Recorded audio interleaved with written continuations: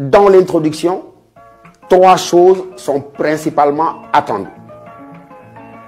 Ces 3 moments essentiels de l'introduction: l'amorce du sujet, la position du problème et bien sûr l'énoncé du plan.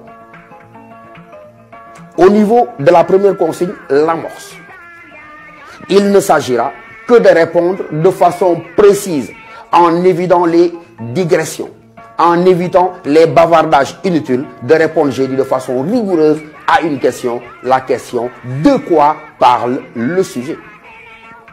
Ce travail déjà vous permet d'élaguer ce qui appartient à la problématique du sujet et ce qui n'en appartient pas. Et donc répondre à la question de quoi parle le sujet, c'est saisir l'orientation, le sens véritable de la question qui est soumise à notre travail d'examen.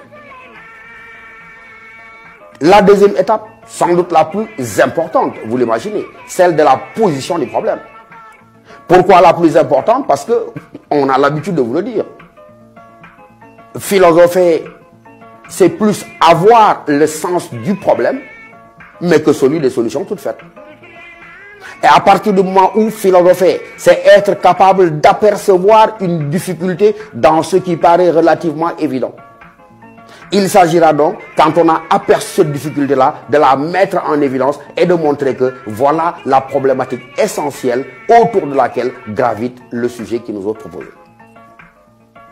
Il sera indispensable donc, pour poser clairement le problème, d'éclairer les concepts en rapport avec le contexte dans lequel ils sont employés, et ensuite de procéder à une reformulation de la question de manière à faire apparaître un paradoxe, une redondance ou encore une fois une difficulté mais cachée. Au-delà de cette problématisation, comme vous dites, il s'agira maintenant de se doter d'un programme de prise en charge et de résolution mais du problème que vous avez déjà relevé. Et cela fera l'objet de la dernière partie, c'est-à-dire simplement l'annonce du plan. Généralement, vous avez 2 types de sujets. Au baccalauréat sénégalais, un sujet qui prend la forme d'une interrogation directe, que vous appelez, même si on vous le concède relativement faussement, sujet dialectique avec 1000 guillemets, qui prend donc la forme d'une interrogation directe.